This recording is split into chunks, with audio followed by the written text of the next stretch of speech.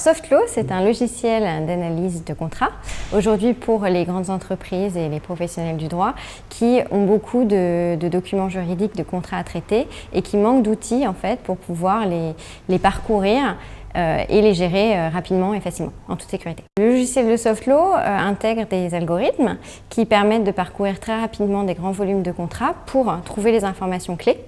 C'est de l'algorithmie qui comporte une compétence métier, puisqu'on a une partie de l'équipe qui a été juriste, qui a travaillé avec l'équipe d'ingénieurs pour convertir le savoir métier en algorithmes.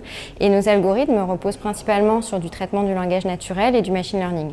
Donc le traitement du langage naturel, c'est pour traduire la langue juridique en algorithme, et le machine learning, c'est pour pouvoir aider les professionnels à rentrer leur savoir dans la machine et aider la machine à reproduire les raisonnements faits par les professionnels. Et on développe pas mal de fonctionnalités de traitement, donc par exemple des fonctionnalités de reporting pour pouvoir faire la synthèse simplement de toutes ces informations qui sont contenues dans les contrats.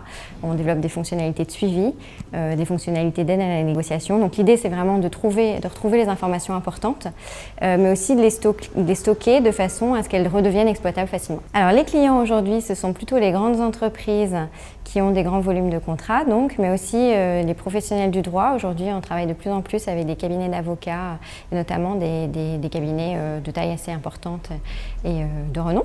Donc aujourd'hui, on est plus sur les personnes qui ont beaucoup de volume, donc grandes entreprises et moyennes entreprises, professionnels du droit bien sûr. À terme, il y aura aussi la possibilité d'outiller les PME ou même les particuliers pour les aider à mieux comprendre et suivre les informations dans leur contrat. Aujourd'hui, on est une société qui est active, on a déjà un produit, on a beaucoup développé, là ça fait 2 ans et demi qu'on travaille sur notre solution. On a effectivement des clients, donc plusieurs grandes entreprises, on a travaillé avec des banques, avec des entreprises dans le secteur du transport, télécommunications, du retail, et puis des cabinets d'avocats. Notre modèle économique, c'est de l'abonnement, donc de la licence plutôt annuelle par utilisateur et qui est calée aussi en fonction de l'utilisation, de l'usage. Assez souvent, les clients nous demandent une petite adaptation ou développer quelque chose en plus. Voilà, mais ça c'est optionnel et donc notre modèle économique de principe est plutôt l'abonnement, effectivement. Alors aujourd'hui, on est une équipe de 7 personnes, essentiellement composée de juristes et d'ingénieurs. Les ingénieurs sont des développeurs et des data scientists. C'est peu par rapport au travail qu'on a et donc effectivement, on va chercher à recruter assez rapidement et comme profil, ce dont on va avoir besoin prioritairement, ça va être des commerciaux, idéalement qui ont une connaissance du secteur, du domaine juridique et bien sûr encore des développeurs et des data scientists. On a réussi à développer une solution technologique avec très peu d'argent, donc un petit peu de love money, des subventions. On sera éternellement reconnaissants envers BPI-France qui fait un travail formidable. Et donc là, pour accélérer, parce qu'on a de plus en plus de demandes et aujourd'hui on a de plus en plus aussi de choses à développer, du coup, là on démarre un processus de levée de fonds.